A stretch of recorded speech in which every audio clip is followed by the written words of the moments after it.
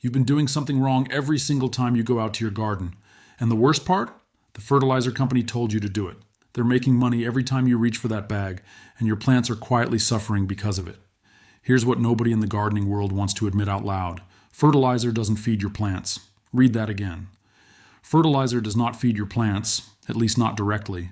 What it does is feed a broken system. And if your soil is broken, that fertilizer is doing almost nothing useful. Right now, somewhere in your garden, you have a problem that no amount of fertilizer will fix.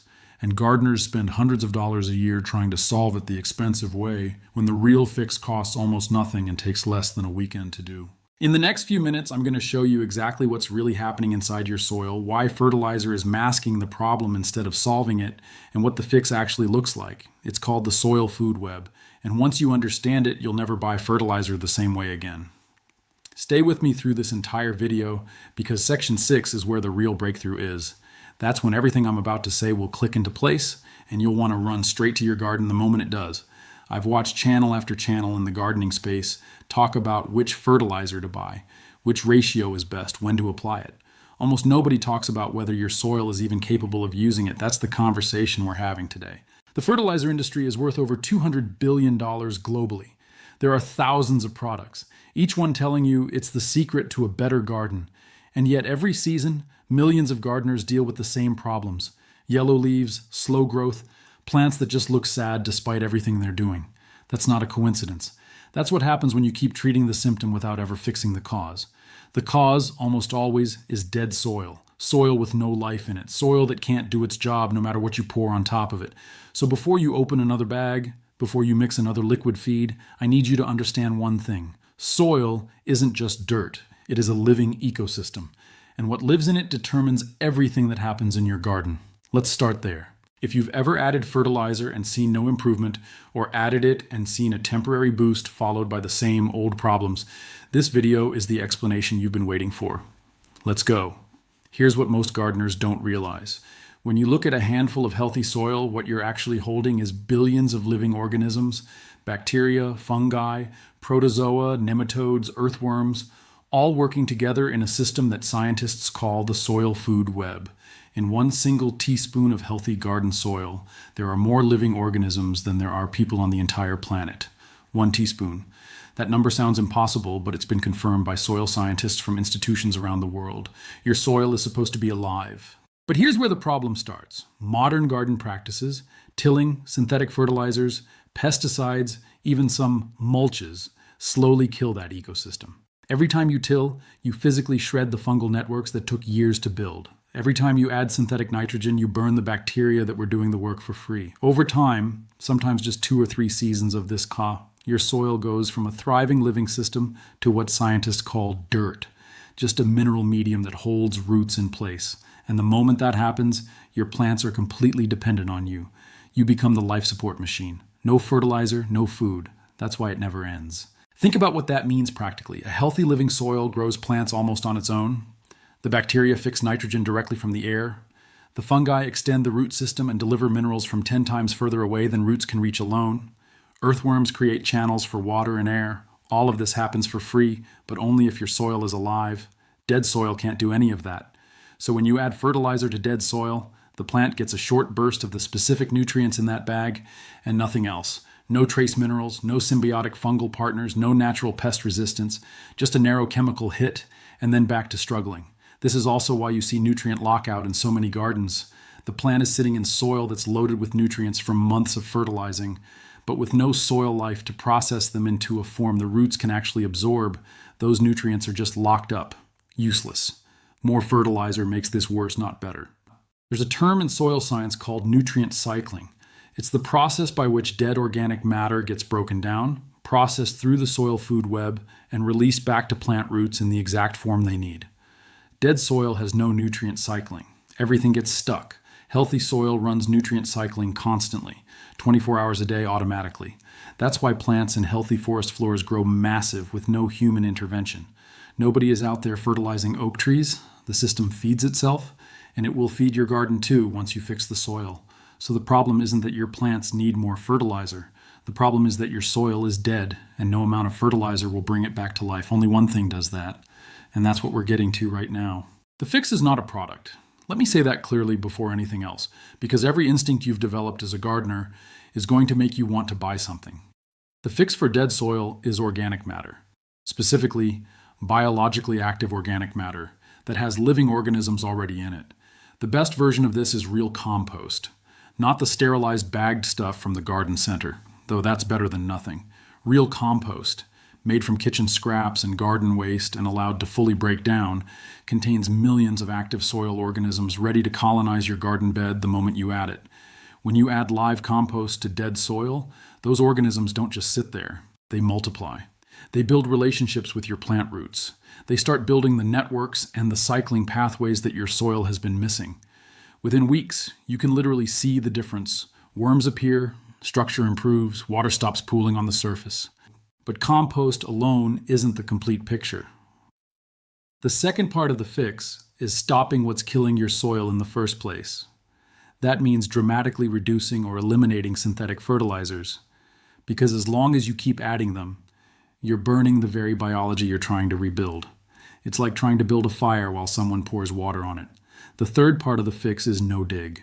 This is the practice of never tilling or digging your soil unnecessarily, because every time you do, you destroy the fungal networks that the soil biology spends months building. In no-dig gardens, those networks grow undisturbed for years, and the results are extraordinary. Plants that almost never need watering, vegetables that grow twice as fast, pest pressure that drops on its own.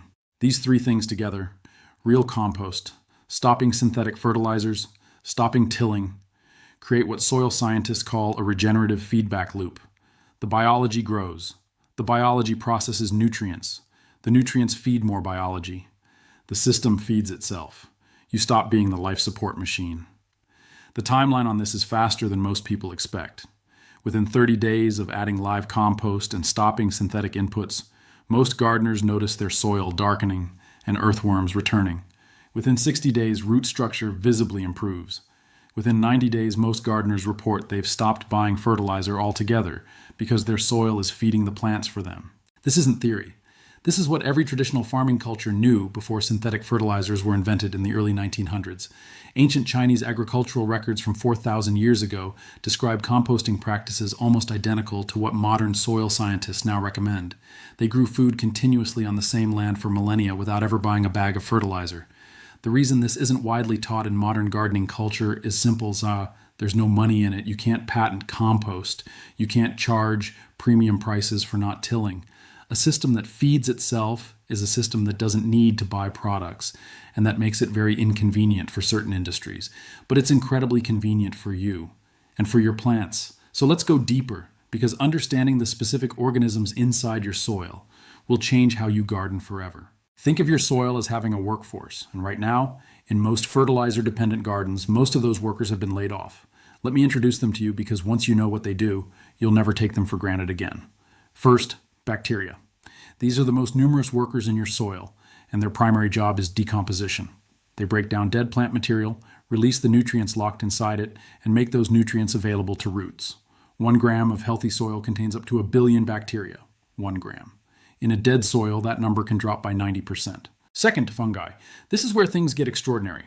Soil fungi grow in thread-like structures called hyphae, and they form what's called a mycorrhizal network, essentially an underground internet connecting plant roots to each other and to nutrient sources far beyond where roots can reach. Plants pay fungi in sugar. Fungi pay plants in phosphorus, zinc, and water. It's the most ancient trade deal in nature, and synthetic fertilizers break it apart.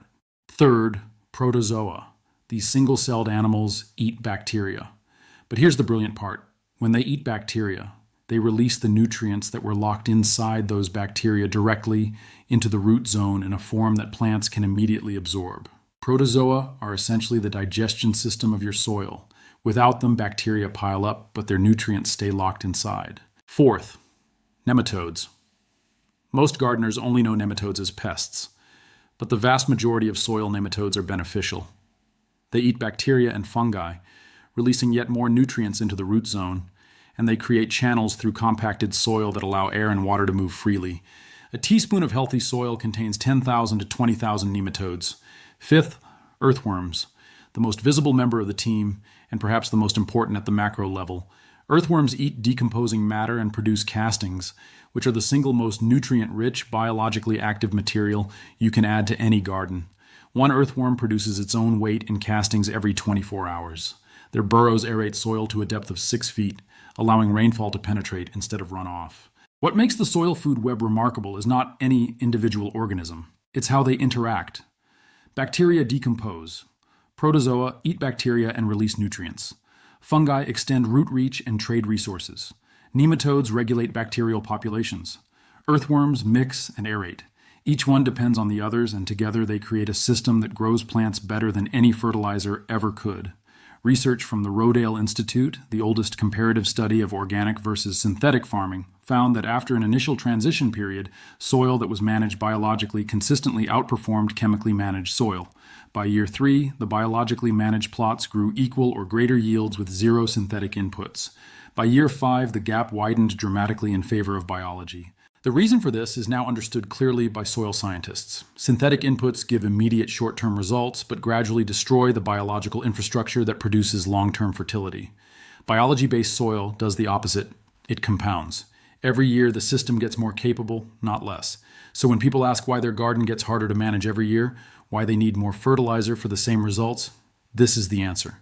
They're depleting biological capital faster than it can recover. And the solution isn't more fertilizer, it's rebuilding the workforce.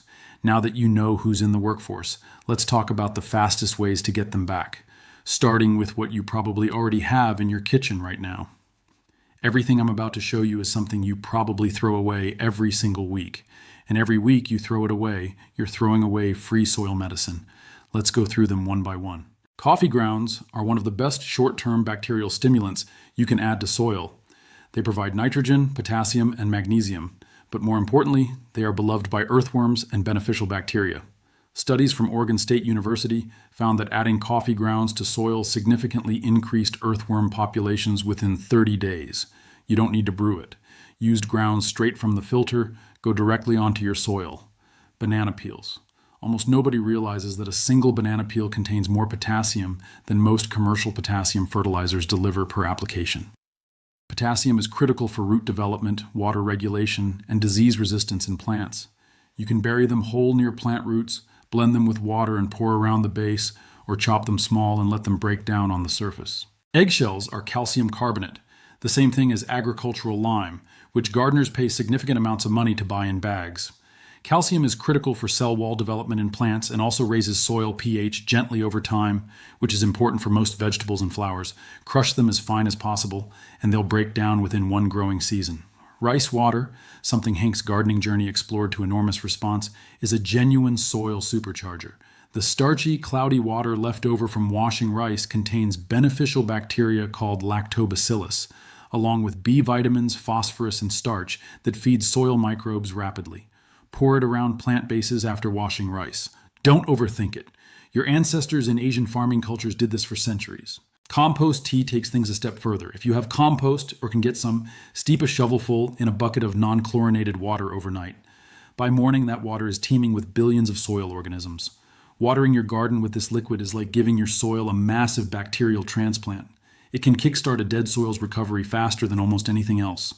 Unsulfured molasses is something barely any gardening channel talks about, and it is remarkable. Molasses is pure sugar, and soil bacteria thrive on sugar. A tablespoon of molasses per gallon of water poured onto your soil can cause a visible explosion in soil bacterial populations within 48 hours. You can see earthworms coming to the surface in response. That's how fast the biology responds. Bokashi composting is a Japanese fermentation method that turns kitchen scraps, including meat and dairy that traditional composting can't handle, into a highly acidic pre-compost material in about 2 weeks. When buried in soil, it activates soil biology at a speed that regular composting can't match. The equipment costs less than $20, and the material itself is your own food waste. None of these cost you anything beyond what you already spend on food. Together, they form a free kitchen-based soil feeding routine that can begin restoring your soil biology within days, not weeks, days. The organisms that we're missing aren't gone forever. They're dormant, waiting for conditions to improve. Give them food, and they explode back to life. The gardeners who try this and then report back are consistently shocked. Within 2 weeks of adding these materials regularly, they see worms they hadn't seen in years. Within 4 weeks, their soil starts to look and feel different. darker, crumblier, with that earthy smell that indicates healthy microbial activity. Within 6 weeks, plants start visibly responding. And here's the key insight that changes everything. Once the biology returns, it stays and grows stronger every season. You do this once to kickstart the system, and then the system maintains itself. That's the difference between a living garden and a dependent one. I want you to picture two gardens side by side. Same seeds, same sunlight, same amount of rainfall, same gardener. But one is producing almost twice as much, the plants are darker green, the roots go twice as deep, and there's barely a pest in sight. The only difference between these two gardens is what's happening underneath the surface. In the living soil garden on the left, the soil food web is functioning. Fungi are extending 10 meters from every root tip, drawing in phosphorus and zinc from parts of the bed the roots will never physically reach. Bacteria are fixing atmospheric nitrogen, free nitrogen, pulled directly from the air, and depositing it right at the root zone. Earthworms are turning organic matter into castings that sit perfectly around the base of every plant. In the dead soil garden on the right, the roots stop at the compacted layer just below the surface because there are no earthworm burrows to follow. Every mineral has to come from a bag because there's no biological machinery to extract it from the soil itself. Water runs off instead of absorbing because there's no structure. Every rain is slightly wasteful. Every dry spell is a crisis. Now extend this picture 5 years. The living soil garden costs the gardener almost nothing after the first year. The biology grows stronger every season. The plants get bigger. The harvests get heavier. The dead soil garden costs more every year. More fertilizer, more pest control, more soil amendments, more water, just to maintain the same mediocre results. This is not a small difference in outcomes. Over 5 years, gardeners who rebuild their soil biology report spending 70 to 90% less on inputs than gardeners maintaining chemically dependent beds while producing equal or better results. The economics of a living soil are simply extraordinary. But the more important thing, the thing that doesn't show up in any calculation, is the relationship. When you understand that your garden has a living ecosystem, you stop fighting it. You start working with it. You make decisions differently. You reach for a handful of compost instead of a bag of fertilizer. You stop seeing weeds as enemies and start seeing them as indicators of what your soil is missing. Every weed that grows in your garden is trying to tell you something about your soil chemistry. Dandelions grow where calcium is low and soil is compacted. Clover grows where nitrogen is deficient because clover fixes its own nitrogen. Plantain grows in compacted, waterlogged soil. These aren't nuisances. They're a free soil test growing right in front of you. When you learn to read them, you know exactly what your soil needs without spending $20 on a test kit. You add lime where dandelions dominate. You stop fighting clover and let it fix nitrogen for your vegetables. You address drainage where plantain appears. The soil tells you what to do. You just have to listen. This is the breakthrough moment. The shift from seeing your garden as a set of plants that need to be fed to seeing it as a living system that needs to be supported. Everything changes when you make that shift. Every decision gets simpler, every problem gets a biological solution, and every season gets better than the last. And here's what that looks like in practice. When you stop fertilizing and start feeding the soil instead, within 1 to 2 seasons, you will have more food than you know what to do with. Not because you did more work, because you did less. You got out of the way and let the system do what it evolved over 500 million years to do perfectly. Here's the exact 30-day plan to begin rescuing your soil, starting this week, using things you either already have or can get for under $5. This works whether your garden is brand new, completely depleted, or just underperforming. Write this down. Day 1 to 3, stop and assess. Before you do anything, do the simple jar test. Fill a glass jar 1/3 with your garden soil and top it up with water. Shake it and let it sit for 24 hours. The sand settles first, then silt, then clay, and you'll see the layering clearly. This tells you your soil texture, which determines how you'll build it. Sandy soil needs more organic matter to hold nutrients. Clay soil needs more organic matter and aeration to drain properly. Either way, the solution starts the same, organic matter. Day 4 to 7, apply your first compost layer, 2 inches deep, spread evenly across your entire growing area. Do not dig it in. This is critical. Lay it on top and let the organisms migrate downward on their own. Digging it in disrupts the fungal networks you're trying to rebuild. If you don't have compost, contact your local council. Many municipalities offer free compost to residents. Call before you buy. Week 2. Begin your kitchen feeding routine. Coffee grounds around the drip line of every plant. Crushed eggshells scattered across the bed. Rice water after every meal. Banana peel pieces buried shallowly every 3 to 4 days. This sounds like a lot, but it takes under 5 minutes per garden visit, and the cumulative effect over 2 weeks is dramatic. At day 14, add mulch. Any organic mulch, straw, wood chips, dried leaves, laid 3 to 4 inches deep on top of everything you've done. Mulch does 3 critical things. It keeps the soil moist, which soil organisms need to survive. It blocks the UV radiation that kills surface bacteria, and as it breaks down, it becomes more food for the system. Never leave bare soil. Bare soil is dead soil in progress. At day 21, your first compost tea application. 1 shovelful of compost steeped in 5 liters of non-chlorinated water overnight. Pour it evenly across the whole bed first thing in the morning. Do this again at day 28. These 2 doses inoculate your soil with billions of organisms that begin colonizing your bed immediately. At day 30, test and compare. Push your finger 2 inches into the soil. On day 1, it probably resisted. At day 30, it should feel softer, crumblier, and cooler. Look for worms. They are the clearest sign that your soil biology is recovering. Smell the soil. Healthy soil has a distinct earthy aroma caused by a compound called geosmin, produced by Actinomycetes bacteria. No smell means no biology. That earthy smell is the smell of your soil coming back to life. From day 30 onward, you simply maintain the system. Keep adding kitchen inputs weekly. Reapply compost as a top dressing every 6 to 8 weeks. Never till. Keep the soil covered at all times. Within 60 days, most gardeners are no longer buying any fertilizer at all. Within 90 days, the plants are visibly different in a way that visitors will notice. And here's a lovely side effect that nobody warns you about. People will start asking what your secret is. Because a garden that runs on biology doesn't look like a garden that needs help. It looks like a garden that has always known exactly what it's doing. The secret, of course, isn't a secret at all. It's the oldest farming knowledge in human history. You just hadn't been told yet. Now, the mistakes. Because most people who try to rebuild their soil make at least one of these, and it sets them back by months. I'm going to save you that frustration right now. Mistake 1, tilling in your compost. I said this in section 3, but it's worth repeating because every instinct you have will tell you to dig it in. Don't. The surface application approach feels counterintuitive, but it's what allows the fungal networks to remain intact while the organisms migrate downward at their own pace. Studies consistently show that no-dig compost applications outperform tilled-in applications within 2 growing seasons. Mistake 2, using sterilized bagged soil or potting mix in ground beds. Sterilized means dead, no organisms. It's essentially expensive dirt. It has its place in containers where you need precise control. But in a ground garden, adding dead material slows your biological recovery.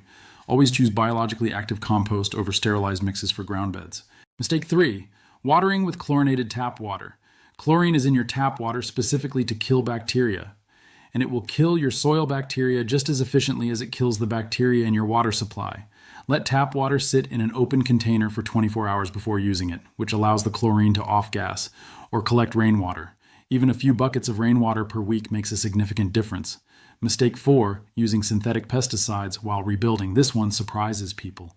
Even contact pesticides that are marketed as safe leave residues in soil that are toxic to the beneficial fungi and bacteria you're trying to restore. If you have a pest problem during your soil recovery phase, address it with physical removal, insecticidal soap, or beneficial predator insects, not systemic chemicals. Mistake 5, giving up at week 3. This is the most common mistake by far. At week 2 to 3 of stopping synthetic fertilizers, plants sometimes look worse before they look better. This is the transition period. The soil biology is recovering, but hasn't yet fully replaced the chemical inputs you removed. Almost everyone who persists past week 4 reports the turnaround. Almost everyone who quits at week 3 goes back to fertilizer, and the cycle starts again. Mistake 6, going too hard on any single input. Coffee grounds are great, but too many can make soil too acidic. Banana peels are great, but too many deposited at once can attract pests.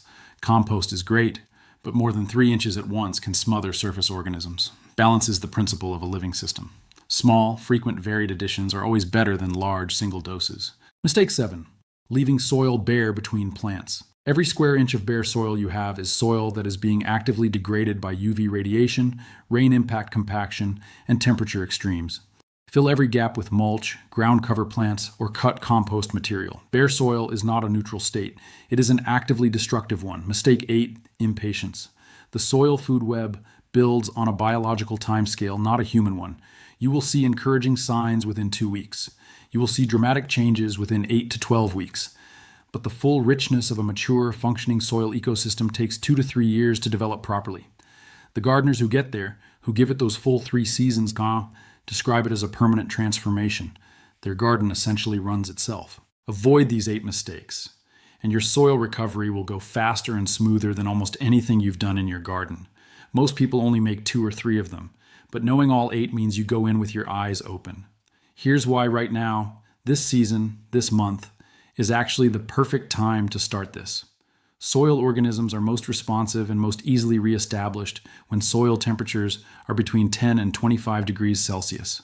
In most growing zones, the shoulder seasons, late spring and early autumn, hit that window perfectly, which means any compost or organic material you add right now will be colonized and processed faster than at any other time of year. If you're watching this in spring, the organisms you introduce today will have an entire growing season to establish before winter. The fungal networks will extend. The earthworm population will grow. By summer, your plants will have a fully functioning soil ecosystem supporting them, not just a chemical crutch. That's the best possible position to be in for peak growing season. If you're watching this in autumn, you're in an equally powerful position, because autumn is when decomposition is at its peak. Every leaf that falls is food for your system. Adding compost now and mulching heavily over winter gives the biology an entire cold season to quietly colonize and establish. By the time spring arrives, your soil will be genuinely transformed. Spring planting will go into something completely different from what you had before. Even in winter, there is never a bad time to stop tilling and start adding organic matter. The organisms go dormant in cold temperatures, but they don't die. The moment warmth returns, they pick up exactly where they left off. And if you've given them a deep mulch layer, they actually stay partially active through mild winters because the mulch insulates the soil and keeps temperatures higher than the air above. Every season you wait to make this change is another season of building the wrong kind of dependency. Every season you invest in your soil biology instead, you are building something that compounds in your favor.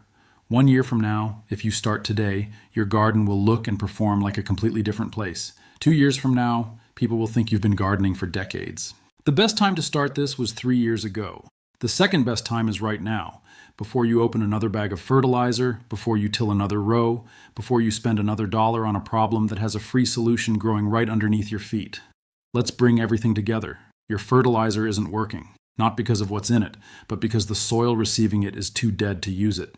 The soil food web, bacteria, fungi, protozoa, nematodes, earthworms, is the real growing system, and when it's alive and functioning, your garden feeds itself. When it's dead, you feed it forever, and it still underperforms. The fix is not complicated and it's not expensive. Real active compost, a no-dig approach, a stop to synthetic fertilizers, and a simple kitchen feeding routine, coffee grounds, rice water, banana peels, eggshells, molasses, is all it takes to begin the recovery. The organisms do the rest. In 30 days of doing this seriously, you will see worms you haven't seen in years. Your soil will smell different. Your plants will start to stand taller and deeper green. And you'll know something has fundamentally changed, not just in the garden, but in how you understand it. This knowledge is old, ancient actually. Every culture that grew food successfully for thousands of years before synthetic chemistry arrived understood that soil is alive, and that keeping it alive is the whole job. We lost that understanding for about 100 years, but it's coming back. And the gardeners who understand it right now are growing food that looks like it belongs on a different planet compared to the gardens around them. If this changed how you think about your garden, and I genuinely hope it did, subscribe right now. Every single week on this channel, we go this deep into the real science behind why plants grow, why they fail, and what the soil is actually doing underneath everything. There is no fluff here, just the real information that most gardening content never talks about. Drop a comment below telling me one thing. What does your soil look like right now? Is it pale and sandy, heavy clay, dark and rich? Tell me what you're working with, and I'll reply with the specific next step for your exact situation. That's a promise. And when you're ready, the next video is about the single most important thing you can do to your soil before winter that most gardeners completely skip. It takes one afternoon and the results last for years. That's right here when you're ready. Thank you for being here. Your garden is going to be extraordinary. I'll see you in the next one.